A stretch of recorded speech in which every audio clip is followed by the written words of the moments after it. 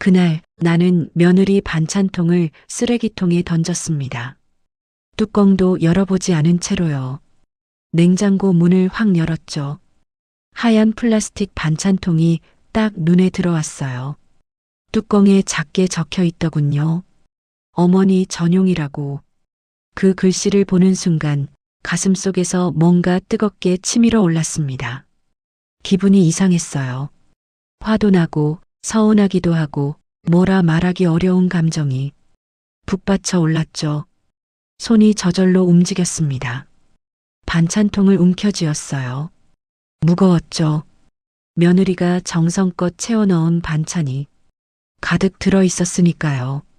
하지만 그 순간 나는 생각하지 않았습니다.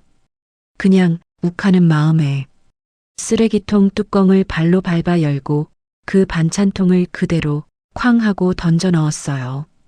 둔탁한 소리가 부엌에 울렸습니다. 뚜껑이 열리면서 반찬 몇 조각이 튀어나왔죠. 싱크대 바닥에 떨어진 연근조림이 조용히 굴러갔어요. 나는 그걸 보면서도 집어 올리지 않았습니다.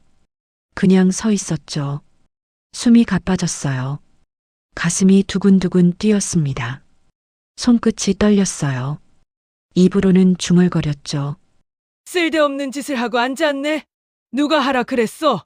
말은 그렇게 뱉었지만 속은 편하지 않았습니다. 뭔가 잘못했다는 걸 어렴풋이 알고 있었으니까요. 그래도 다시 꺼낼 수는 없었어요. 자존심이 허락하지 않았죠. 그때였습니다. 뒤에서 작고 떨리는 목소리가 들렸어요. 할머니, 그거 엄마가 어젯밤에 밤새 만든 건데. 등골이 서늘해졌습니다. 천천히 고개를 돌렸죠. 손녀 수아가 문틈에 서서 나를 보고 있었어요. 큰 눈에 눈물이 그렁그렁 맺혀 있었습니다. 입술을 꾹 깨물고 있더군요. 순간 심장이 쿵 내려앉는 기분이었어요. 들켰구나. 들키고 말았구나. 아이가 다 봤구나. 가슴이 철렁했습니다. 하지만 나는 그 순간에도 쓰레기통으로 다가가지 못했어요. 대신 이렇게 말했죠. 수아야, 그건 할머니가. 말이 나오지 않았습니다. 변명을 하려고 해도 입이 떨어지지 않았어요. 수아는 나를 한참 보다가 조용히 자기 방으로 들어가 버렸습니다.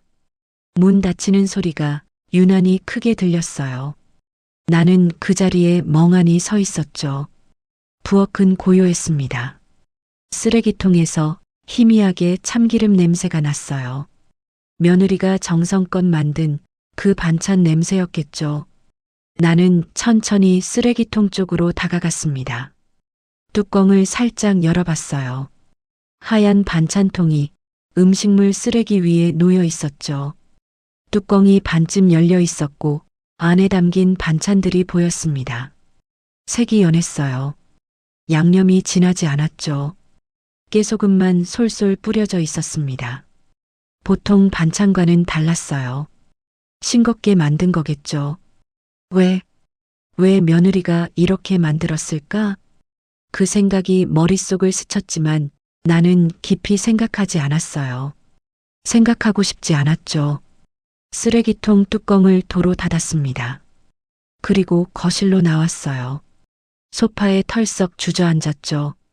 텔레비전을 켰습니다. 화면에서 무슨 소리가 나는지 하나도 들리지 않았어요. 귓가에서는 수아의 목소리만 맴돌았죠. 엄마가 어젯밤에 밤새 만든 건데. 밤새 만들었다고? 며느리가? 가슴 한쪽이 묵직하게 내려앉았습니다. 하지만 나는 그 감정을 애써 밀어냈어요. 그냥 텔레비전만 멍하니 바라봤죠. 시계 초침 소리가 똑딱똑딱 유난히 크게 들렸습니다. 시간이 느리게 흘렀어요. 오후 2시, 3시, 4시. 해가 기울기 시작했죠. 나는 소파에서 일어나지 못했습니다. 몸이 무거웠어요. 다리에 힘이 없었죠. 마음 한구석이 자꾸 무너지는 기분이었습니다. 그날 저녁이 되었을 때 나는 알게 됐어요. 내가 버린 건 단순히 반찬통이 아니었다는 걸.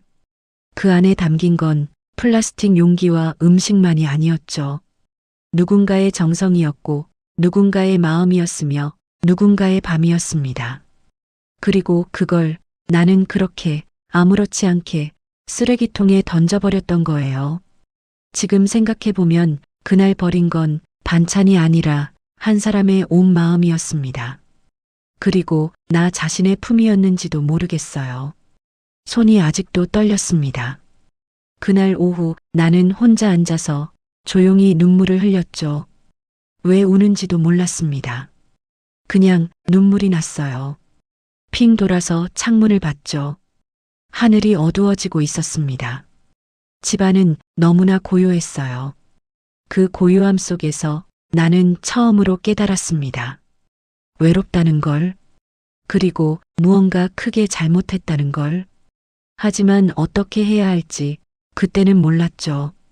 그저 쓰레기통 안에 버려진 반찬통만 자꾸 눈앞에 아른거렸습니다.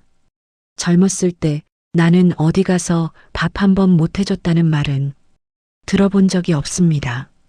동네에서 소문났었죠. 이 여사 김치는 진짜야. 밑반찬 손맛이 호텔이야, 호텔. 그런 말을 들을 때마다 어깨가 으쓱했어요. 기분이 좋았죠. 자랑스러웠습니다. 내가 잘하는 게 뭔가 확실히 있다는 게 든든했거든요. 남편이 살아있을 때였어요. 아침상을 차려놓으면 남편은 항상 이렇게 말했죠. 여보, 당신 손맛을 따라올 사람이 어디 있겠어. 나는 복받은 사람이야. 그 말 한마디에 하루 종일 기분이 좋았습니다. 아이들도 그랬어요. 학교 다녀와서 배고프다고 보채면 나는 뚝딱 뭐라도 만들어줬죠. 김치볶음밥, 된장찌개, 계란말이. 뭐든 금방 만들어냈습니다. 아들 준호는 친구들 데려와서 자랑하기까지 했어요. 우리 엄마 손맛은 진짜야. 너희 집이랑 다르다니까. 그 말을 몰래 듣고 부엌에서 혼자 빙그레 웃었던 기억이 나요. 그렇게 평생을 부엌에서 살았습니다. 밥상 차리고 설거지하고 다시 반찬 만들고. 힘들었냐고요? 아니요. 힘들지 않았어요. 오히려 보람이었죠. 내가 만든 음식으로 가족들이 배불리 먹고 행복해하는 모습, 그게 내 기쁨이었습니다. 그런데 세월이 흘렀죠. 남편이 먼저 갔고 아이들은 다 컸고 준호는 결혼을 했어요. 며느리가 들어왔습니다. 지연이라는 얌전하고 조용한 여자였죠. 처음엔 좋았어요. 말도 잘 듣고 웃는 얼굴도 예뻤으니까요. 그런데 결혼하고 1년쯤 지났을 때부터 지연이가 조금씩 달라지기 시작했어요. 주말마다 작은 보냉 가방을 들고 오더니 자기가 만든 반찬을 내밀었죠. 어머니, 이번 주는 이거 만들어 왔어요. 드셔보세요. 처음엔 기특하다고 생각했습니다. 며느리가 시어머니 생각해서 반찬까지 만들어 오다니. 고맙죠. 그런데 한 번, 두 번, 세 번 계속되니까 기분이 묘했어요. 왜 자꾸 가져오는 걸까? 내가 해주는 반찬이 부족한가? 내 손맛이 별로인가? 그런 생각이 들기 시작했죠. 어느 날 준호가 퇴근하고 돌아와서는 냉장고에서 지연이가 가져온 반찬을 꺼내 먹더군요. 엄마, 지연이가 만든 이 나물 맛있네. 건강식으로 만든 거래. 그 말을 듣는 순간 가슴이 뜨끔했어요. 건강식? 그럼 내가 해주는 건 건강식이 아니란 말인가? 내 음식은 몸에 안 좋다는 건가? 아무 말도 하지 않았지만 속은 뒤틀렸습니다. 그래. 며느리 손맛이 좋으면 그걸로 된 거지. 겉으로는 태연한 척했어요. 하지만 안으로는 서운함이 차올랐죠. 그날 이후로 지연이가 반찬을 가져올 때마다 나는 점점 더 불편해졌습니다. 냉장고를 열면 지연이 반찬통이 하나씩 늘어나 있었어요. 한 칸, 두 칸, 세 칸. 어느새 냉장고 한쪽을 지연이 반찬이 차지했죠. 나는 그걸 볼 때마다 마음 한편이 무너지는 기분이었어요. 내 자리가 조금씩 밀려나는 것 같았습니다. 어느 날 저녁이었어요. 준호가 또 지연이 반찬을 꺼내 먹으면서 말했죠. 엄마, 요즘 몸도 안 좋으신데 지연이가 도와드리면 좋잖아요. 그 말에 속에서 뭔가 확 치밀어 올랐습니다. 내가 못해서? 내가 반찬 하나 못해서 며느리 시켜 먹을 정도야? 목소리가 커졌어요. 준호는 당황한 표정을 지었죠. 아니, 엄마. 그게 아니라. 됐어. 난 아직 팔팔해. 누구 신세 안 져도 돼. 그렇게 쏘아붙이고는 방으로 들어가 버렸습니다. 문을 닫고 이불을 뒤집었었죠. 가슴이 답답했어요. 울컥 눈물이 났습니다. 왜 우는지 스스로도 잘 모르겠더군요. 그냥 서러웠어요. 평생 이 집 밥상을 책임지고 살았는데 이제는 며느리 손에 밀려나는 기분. 쓸모 없어진 것 같았습니다. 나이 들어서 아무짝에도 쓸모없는 그런 사람이 된 것만 같았어요. 이불 속에서 한참을 훌쩍였습니다. 그날 밤 잠이 오지 않았어요. 천장만 멍하니 바라봤죠. 어둠 속에서 남편 목소리가 들리는 것 같았습니다. 여보, 당신 손맛을 따라올 사람이 어디 있겠어. 그 말이 자꾸 귓가를 맴돌았어요. 그런데 이제는 그 손맛을 아무도 찾지 않는 것 같았습니다. 내 시대가 지나가 버린 걸까요? 눈을 감았다 떴다를 반복했죠. 새벽이 되어서야 겨우 잠이 들었습니다. 그리고 다음 날 아침 눈을 떴을 때 이미 준호와 지연은 출근한 뒤였어요. 식탁 위에 간단한 쪽지가 놓여 있더군요. 어머니, 아침 냉장고에 있어요. 데워 드세요. 마이너스 지연. 그 쪽지를 보는 순간 또다시 가슴이 답답해졌습니다. 나는 그 쪽지를 구겨서 쓰레기통에 던져버렸어요. 그리고 냉장고는 열지도 않았죠.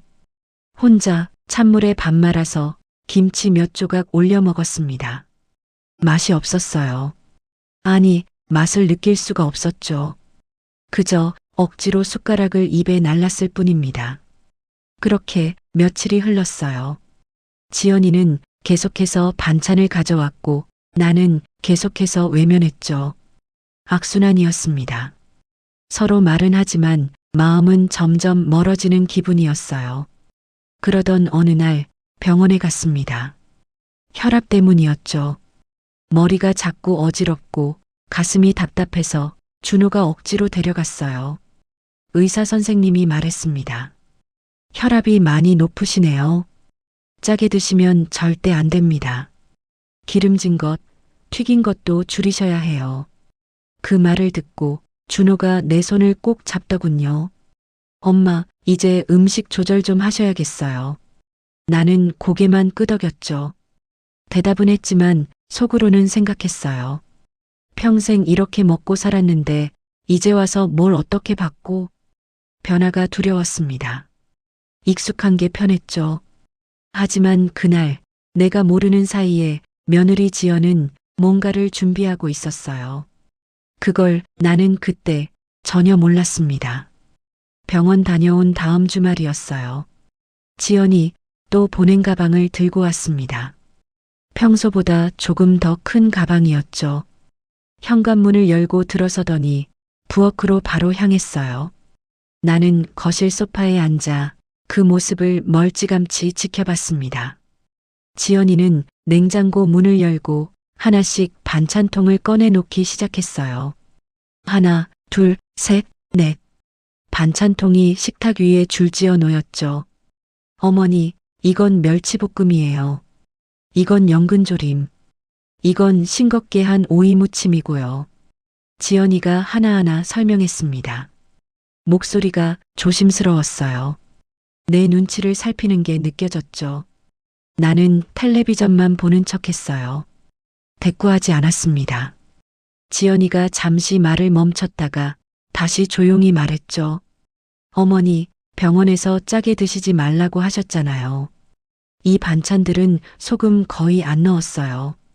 그 말에 귀가 솔깃했습니다. 하지만 고개는 돌리지 않았어요. 넌 애나 잘 챙겨. 우린 먹을 거 알아서 해. 차갑게 대답했죠. 목소리에 가시가 돋쳐 있었어요. 지연이는 한동안 아무 말이 없었습니다. 그러다가 작게 한숨을 쉬는 소리가 들렸어요. 냉장고 문 여닫는 소리, 플라스틱 통 부딪히는 소리, 조용히 정리하는 소리. 그 소리들이 부엌에서 들려왔습니다. 나는 텔레비전 화면을 보고 있었지만 무슨 내용인지 하나도 모르겠더군요. 신경이 온통 부엌 쪽으로 쏠려 있었으니까요. 한참 뒤 지연이가 부엌에서 나왔어요. 가방을 들고 조용히 말했습니다. 어머니, 혹시 몰라서요. 입맛 안 당기실 때 조금씩 드세요. 그리고는 인사를 하고 나갔죠. 현관문 닫히는 소리가 똑하고 작게 울렸어요. 집안이 다시 고요해졌습니다. 나는 한참을 소파에 가만히 앉아 있었죠. 그러다가 슬금슬금 부엌으로 갔어요. 냉장고 문을 열었습니다. 반찬통들이 깔끔하게 정리되어 있더군요. 하나, 둘, 셋, 넷, 다섯. 5개나 됐어요. 각각의 뚜껑에는 작은 라벨지가 붙어 있었습니다. 멸치볶음 마이너스 싱겁게, 연근조림 마이너스 소금 무첨가, 오이무침 마이너스 저염식. 그 글씨들을 하나하나 읽어 내려갔어요. 정성스러운 글씨체였습니다. 또박또박 정갈하게 써놨더군요.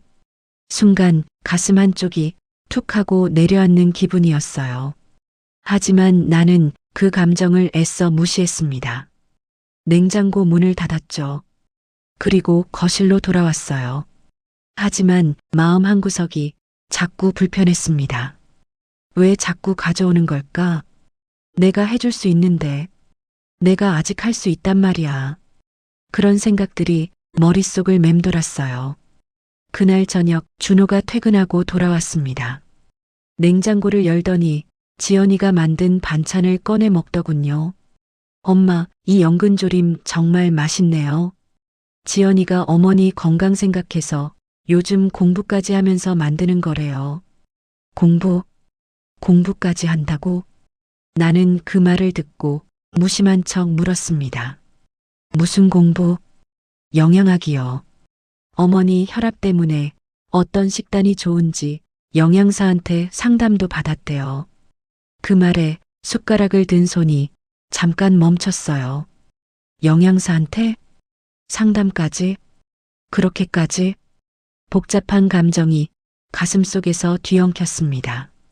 고맙기도 하고 미안하기도 하고 동시에 왠지 모를 서운함도 밀려왔어요. 나는 아무 말 없이 밥만 먹었습니다. 그날 밤 잠자리에 누웠는데 잠이 오지 않았어요. 천장을 보고 누워 지연이 얼굴이 떠올랐습니다. 조심스럽게 말하던 모습, 냉장고에 반찬통을 정리하던 뒷모습, 현관문을 나서던 그 작은 어깨. 그 모습들이 하나하나 선명하게 떠올랐죠. 그 다음 주에도 지연이는 또 왔습니다. 이번엔 국을 끓여왔더군요. 어머니, 버섯 된장국이에요. 된장도 저염 된장 썼어요. 나는 여전히 차갑게 대답했습니다. 그래, 나도. 그뿐이었어요. 고맙다는 말도 수고했다는 말도 하지 않았습니다. 지연이는 매번 그런 나를 보면서도 포기하지 않았어요. 주말마다 어김없이 반찬을 들고 왔죠. 냉장고는 점점 더 지연이 반찬으로 채워졌습니다. 한 칸이, 두 칸이, 이제는 거의 절반이 지연이 것이었어요. 나는 냉장고 문을 열 때마다 그 통들이 눈에 밟혔습니다. 보기 싫었어요. 하지만 동시에 이상하게 신경이 쓰였죠. 어떤 맛일까? 정말 싱거울까? 한 번쯤은 먹어봐야 하나? 그런 생각도 들었습니다. 하지만 자존심이 허락하지 않았어요. 그러던 어느 날 점심 준호가 출근하고 집에 나 혼자 남았을 때였어요. 배가 고팠습니다. 냉장고를 열었죠. 지연이 반찬통들이 여전히 가득 차 있었어요. 나는 잠깐 망설이다가 하나를 꺼냈습니다. 멸치볶음이었어요. 뚜껑을 열어봤죠. 색깔이 연했습니다. 간장색이 진하지 않았어요. 조심스럽게 젓가락으로 하나 집어 입에 넣어봤습니다. 싱거웠어요. 확실히 내가 만든 것보다 싱거웠죠. 하지만 맛이 없는 건 아니었습니다. 은은한 참기름 향, 깨소금의 고소함, 멸치의 담백한 맛. 섬세하게 균형이 잡혀 있더군요. 한 개 더 먹었어요. 그리고 또 하나. 어느새 반통을 비웠습니다. 그제야 정신이 들었죠. 나는 황급히 뚜껑을 덮고 다시 냉장고에 넣었어요. 마치 누가 볼까봐 숨기듯이. 가슴이 두근거렸습니다. 왜 이러나? 나 혼자 먹는 건데 왜 이렇게 떨리는 걸까? 손을 씻으면서 거울을 봤어요. 얼굴이 빨개져 있었습니다. 마치 무슨 나쁜 짓을 한 사람처럼. 그날 저녁 지연이와 준호가 퇴근하고 왔을 때 나는 평소처럼 무뚝뚝하게 대했습니다. 하지만 속으로는 조금 불편했어요. 지연이가 냉장고를 열었다가 멸치볶음통을 보더니 작게 미소를 지었습니다. 어머니, 멸치볶음 드셨어요? 반 정도 드신 것 같은데. 순간 얼굴이 화끈 달아올랐어요. 들켰구나. 아침에 좀 먹었어. 퉁명스럽게 대답했죠. 지연이는 밝게 웃었습니다. 입맛에 맞으셨어요? 다행이다. 다음에 또 만들어 올게요. 그 말에 뭐라고 대답해야 할지 몰랐어요. 그냥 고개만 끄덕였습니다. 그날 이후로 나는 가끔 지연이 반찬을 몰래 먹곤 했어요. 아무도 없을 때 조용히 꺼내서 한 젓가락씩. 그러면서도 겉으로는 여전히 무관심한 척했죠. 반찬통은 계속해서 쌓여갔습니다. 냉장고 안 한쪽을 거의 차지할 정도로. 나는 그 통들을 볼 때마다 복잡한 마음이 들었어요. 부담스럽기도 하고 고맙기도 하고 동시에 왠지 내 영역이 침범당하는 기분도 들었습니다. 그러던 어느 날 결정적인 사건이 터지고 말았죠. 그날 아침은 평소와 다를 것 없이 시작됐습니다. 아니, 겉으로만 그랬죠. 사실은 전날 밤부터 기분이 좋지 않았어요. 병원에 다녀온 날이었거든요. 정기 검진이었습니다. 의사 선생님이 심각한 표정으로 말했어요. 이 여사님, 혈압이 더 올랐어요. 이번엔 정말 식단 관리 안 하시면 큰일 납니다. 짜게 드시면 절대 안 됩니다. 그 말을 들으면서 가슴이 답답했죠. 알아요. 내가 잘못 먹고 있다는 거, 몸에 안 좋다는 거, 다 알고 있습니다. 하지만 평생 먹던 걸 어떻게 하루아침에 바꿔요? 입맛이 그렇게 쉽게 변하던가요? 집에 돌아왔을 때 준호가 검진 결과지를 보더니 한숨을 쉬었습니다. 엄마, 이번엔 진짜 조심하셔야 해요. 의사 선생님 말씀 들으셨죠? 나는 고개만 끄덕였어요. 대답하기 싫었죠. 그날 저녁 지연이가 퇴근하고 돌아와서 준호한테 뭔가 얘기를 듣는 것 같았어요. 둘이서 부엌에서 작은 목소리로 뭐라 하더군요. 나는 못 들은 척 거실에 앉아 있었습니다. 하지만 귀는 쫑긋 세우고 있었죠. 지연이가 말했어요. 그럼 제가 내일 아침 일찍 새로 만들어서 갖다 드릴게요. 어머니 혈압에 맞춰서. 그 말을 듣는 순간 속이 뒤틀렸습니다. 또 가져온다고? 이제는 아예 내 식단까지 관리하겠다는 거야? 밤새 잠을 설쳤어요. 뒤척뒤척, 이리 뒤척 저리 뒤척. 머릿속이 복잡했습니다. 고맙다는 생각과 부담스럽다는 생각이 동시에 밀려왔죠. 왜 이렇게 내 마음이 편치 않은 걸까? 새벽녘에 겨우 잠이 들었어요.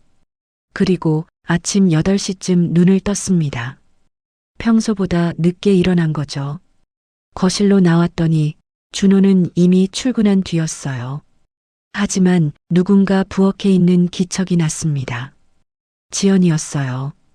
회사 출근 전에 들렀나 봐요. 냉장고 문을 열고 뭔가를 넣고 있더군요.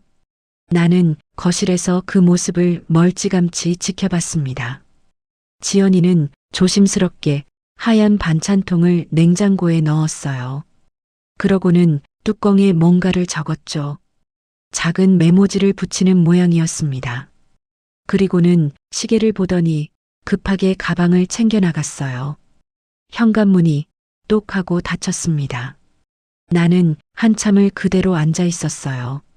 부엌 쪽을 물끄러미 바라보면서 왜인지 발걸음이 떨어지지 않았습니다. 하지만 결국 천천히 부엌으로 갔죠. 냉장고 문을 열었어요. 하얀 반찬통 하나가 제일 앞쪽에 놓여 있었습니다. 뚜껑을 보니 분홍색 포스트잇이 붙어 있더군요.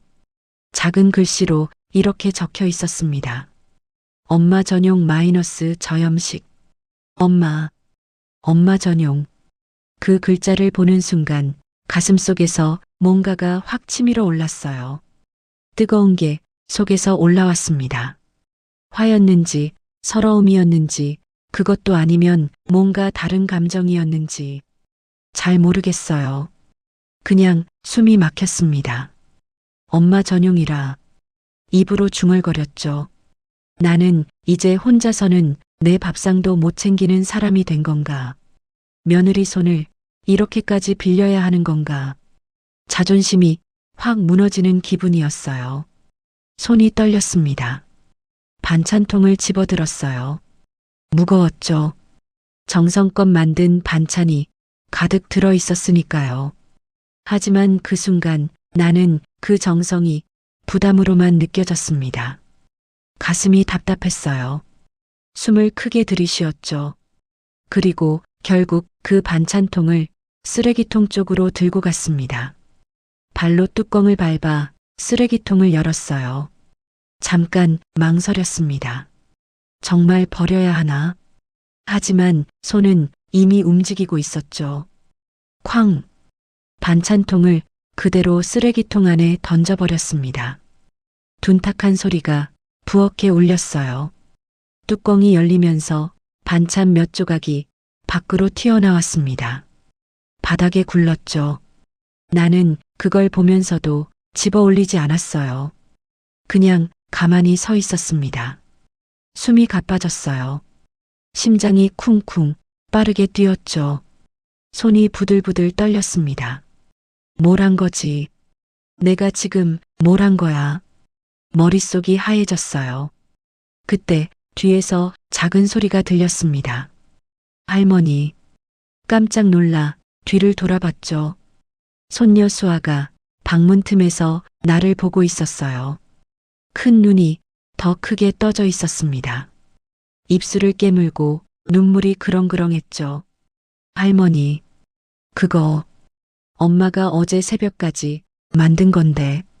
그 말에 가슴이 철렁 내려앉았습니다. 새벽까지? 어제 새벽까지 만들었다고? 머리가 하얘졌어요. 수아야, 그게 말이 나오지 않았습니다. 변명을 하려 해도 입이 떨어지지 않았어요. 수아는 나를 한참 보다가 눈물을 닦으며 자기 방으로 들어가 버렸습니다. 문이 쿵 닫혔어요. 나는 그 자리에 멍하니 서 있었습니다. 부엌은 고요했어요. 쓰레기통에서 희미하게 참기름 냄새가 났습니다. 며느리가 밤새 만든 그 반찬 냄새였겠죠. 무릎에 힘이 풀렸어요. 싱크대에 손을 짚고 겨우 버텼습니다. 가슴이 답답했죠. 숨이 잘 쉬어지지 않았어요. 이게 뭐 하는 짓인가? 내가 지금 무슨 짓을 한 거야? 하지만 이미 엎질러진 물이었습니다. 다시 주워 담을 수도 없었죠. 자존심이 그걸 허락하지 않았어요. 나는 거실로 돌아와 소파에 주저앉았습니다. 텔레비전을 켰어요. 화면에서 무슨 소리가 나는지 하나도 들리지 않았죠. 귓가에서는 수아의 목소리만 맴돌았습니다. 엄마가 어제 새벽까지 만든 건데, 새벽까지 며느리가 자지도 않고 나를 위해 반찬을 만들었다는 거였어요. 눈물이 핑 돌았습니다. 하지만 참았어요. 울면 안 돼. 울면 내가 잘못했다는 걸 인정하는 거잖아. 이를 악물었습니다. 그렇게 오후 내내 소파에 앉아 있었어요. 시계 초침 소리만 똑딱똑딱 들렸죠. 오후 2시, 3시, 4시.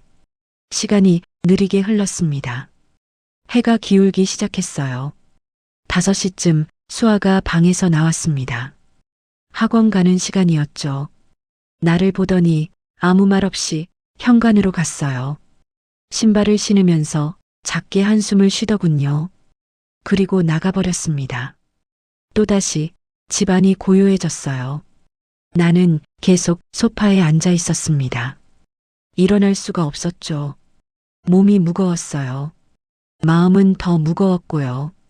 저녁 6시쯤 준호가 먼저 퇴근했습니다. 현관문을 열고 들어서더니 평소처럼 인사했어요. 엄마 다녀왔습니다. 나는 대답했죠. 그래. 준호는 가방을 내려놓고 부엌으로 갔습니다. 냉장고를 열더니 잠깐 뭔가를 찾는 것 같았어요. 그러고는 거실로 나왔죠. 엄마, 지연이가 오늘 아침에 반찬 갖다 놨다던데요. 근데 냉장고에 없네. 심장이 쿵 내려앉았습니다. 몰라. 퉁명스럽게 대답했어요. 준호는 이상하다는 듯 고개를 갸웃하더니 다시 부엌으로 갔습니다. 잠시 후 준호가 부엌에서 나오지 않았어요. 뭔가 이상한 기척이 났습니다. 쓰레기통을 열어본 건가. 가슴이 두근거렸어요. 준호가 천천히 거실로 나왔습니다. 손에 빈 반찬통을 들고 있었어요. 얼굴이 굳어 있었죠. 엄마, 이거 쓰레기통에 있었어요. 왜 버리신 거예요? 나는 눈을 돌렸습니다. 내 맘이야. 내가 먹기 싫으면 버리는 거지. 목소리가 떨렸어요. 준호는 한숨을 크게 쉬더니 조용히 말했습니다. 엄마, 지연이가 엄마 건강 생각해서 밤늦게까지 만든 건데요. 그 말에 가슴이 철렁했지만 나는 모른 척 했어요. 됐어. 내 건강은 내가 알아서 할게. 준호는 더 이상 말하지 않았습니다. 빈 반찬통을 들고 부엌으로 돌아가 설거지를 하더군요. 물소리가 조용히 들렸어요. 나는 텔레비전만 멍하니 보고 있었습니다. 7시쯤 지연이가 퇴근하고 돌아왔어요. 현관문을 열고 들어서는데 집안 공기가 뭔가 이상했는지 잠깐 멈칫하더군요. 다녀왔습니다. 조심스러운 목소리였죠. 준호가 현관으로 나갔습니다. 둘이서 작게 뭔가 얘기하는 소리가 들렸어요. 그러고는 지연이가 부엌으로 갔습니다. 냉장고 문을 여는 소리가 났죠. 한동안 아무 소리가 없었어요. 그러다가 지연이가 천천히 거실로 나왔습니다. 내 앞에 조용히 섰어요. 어머니, 오늘 아침에 제가 갖다 놓은 반찬, 혹시 입에 안 맞으셨어요? 목소리가 떨렸습니다. 나는 텔레비전만 보고 있었죠. 대답하지 않았어요. 지연이가 다시 물었습니다. 어머니, 어디 두셨어요? 찾아봤는데 없어서요. 그제야 나는 고개를 돌렸습니다. 지연이 얼굴을 똑바로 봤어요. 그리고 차갑게 말했죠.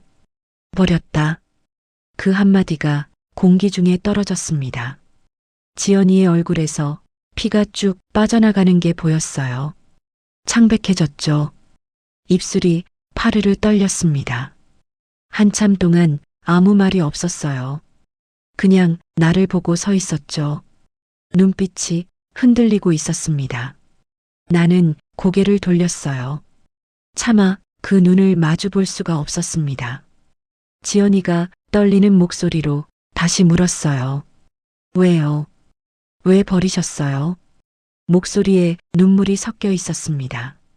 나는 딱딱하게 대답했죠. 그깟 반찬통 하나쯤이야 없어도 되는 거 아니냐. 그 말을 하면서도 가슴이 찢어지는 것 같았어요. 하지만 이미 뱉은 말이었습니다. 되돌릴 수 없었죠. 지연이는 한참을 그 자리에 서 있었어요.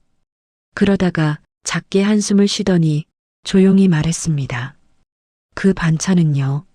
어머니 혈압 때문에 영양사랑 상담받고 만든 건데요. 그 말에 머리를 망치로 맞은 것 같았어요. 영양사랑 상담? 그렇게까지? 가슴이 쿵 내려앉았습니다. 준호가 했던 말이 떠올랐죠. 지연이가 엄마 혈압 때문에 반찬 다시 맞춰서 만들어 왔어. 그땐 그냥 흘려들었는데 그게 이런 의미였구나. 영양사한테 상담까지 받아가며 만든 거였구나. 목이 메었습니다. 지연이가 계속 말했어요. 병원에서 받으신 검진표 보고요. 어떤 식단이 좋을지 알아봤어요. 소금 줄이고 기름 줄이고 어머니가 드실 수 있게. 말끝이 떨렸습니다. 어젯밤 퇴근하고 집에 가서 새벽 2시까지 만들었어요. 어머니 드시라고. 새벽 2시, 새벽 2시까지 만들었다고. 나를 위해. 숨이 막혔습니다. 지연이가 눈물을 닦으며 말을 이었어요. 제가 요리를 잘하는 것도 아니고 어머니 입맛에 맞출 자신도 없었어요. 그래도 건강하셨으면 해서 그냥 그랬어요. 목소리가 점점 작아졌습니다. 근데 버리셨다니. 그 말을 끝으로 지연이는 더 이상 말하지 못했어요. 고개를 숙이고 어깨가 들썩였습니다. 울고 있었죠. 준호가 지연이 곁으로 다가가 어깨를 감싸 안았어요. 지연아, 괜찮아. 지연이가 작게 고개를 저었습니다. 아니에요. 제가 부족했나 봐요. 어머니한테 부담만 드렸나 봐요. 그 말에 가슴이 무너졌습니다. 부담? 부족해? 아니야. 아니라고. 내가 잘못한 게 아니라고. 입으로는 그 말이 나오지 않았어요. 목이 메어서 소리가 나오지 않았죠. 지연이는 준호의 부축을 받으며 방으로 들어갔습니다. 문 닫히는 소리가 조용히 울렸어요. 거실은 다시 고요해졌습니다. 나 혼자 소파에 앉아 있었죠. 텔레비전 화면만 멍하니 켜져 있었어요. 무슨 프로그램인지 알 수 없었습니다. 그저 소리만 들렸죠. 가슴이 너무 답답했어요. 숨쉬기가 힘들었습니다. 손이 떨렸어요. 뭘 잘못한 건지 이제야 알 것 같았습니다. 버린 건 반찬이 아니었어요. 사람이었죠. 한 사람의 온 마음이었습니다. 시간이 느리게 흘렀어요. 8시, 9시, 10시. 준호도 지연이도 방에서 나오지 않았습니다. 집안은 이상하게 조용했어요. 수아도 학원 다녀와서 바로 자기 방으로 들어가 버렸죠. 나한테 말 한마디 하지 않았습니다. 밤 11시가 넘어서 나는 겨우 방으로 들어갔어요. 잠옷으로 갈아입고 이불을 덮었지만 잠이 오지 않았습니다. 눈을 감으면 지연이 얼굴이 떠올랐어요. 창백하게 질린 얼굴, 떨리는 입술, 눈물 고인 눈. 그 모습이 계속 눈앞에 아른거렸죠. 그리고 지연이가 했던 말이 귓가를 맴돌았습니다. 새벽 2시까지 만들었어요. 어머니 드시라고. 나를 위해. 건강하라고. 새벽까지 깨어 있었다고.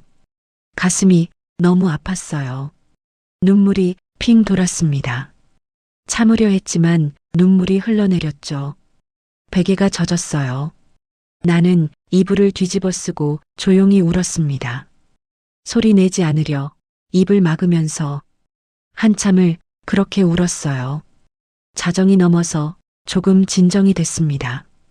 눈물을 닦고 천장을 바라봤죠. 어둠 속에서 아무것도 보이지 않았어요. 하지만 마음속은 더 어두웠습니다. 새벽 2시쯤 겨우 잠이 들었어요. 그리고 다음 날 아침 눈을 떴을 때 온몸이 무거웠습니다. 머리도 아프고 몸도 아팠죠. 하지만 마음이 더 아팠어요. 거실로 나갔습니다. 준호는 벌써 출근한 뒤였어요. 지연이도 출근했는지 집안이 조용했죠. 나는 부엌으로 갔습니다. 쓰레기통을 열어봤어요. 어젯밤 준호가 정리했는지 반찬통은 없었습니다. 하지만 비닐 안쪽에 반찬이 조금 묻어 있었어요. 색이 연한 싱겁게 만든 정성스러운 반찬. 그 옆에 찢어진 포스트잇 한 장이 붙어 있었습니다. 엄마 전용 마이너스 소금 적게. 그 글씨를 한참 들여다봤어요.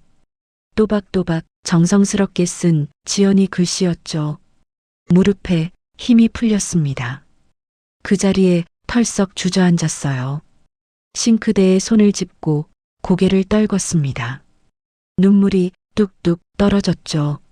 내가 뭘 버린 거지? 중얼거렸어요. 반찬을 버린 게 아니었습니다. 사람을 버린 거였죠.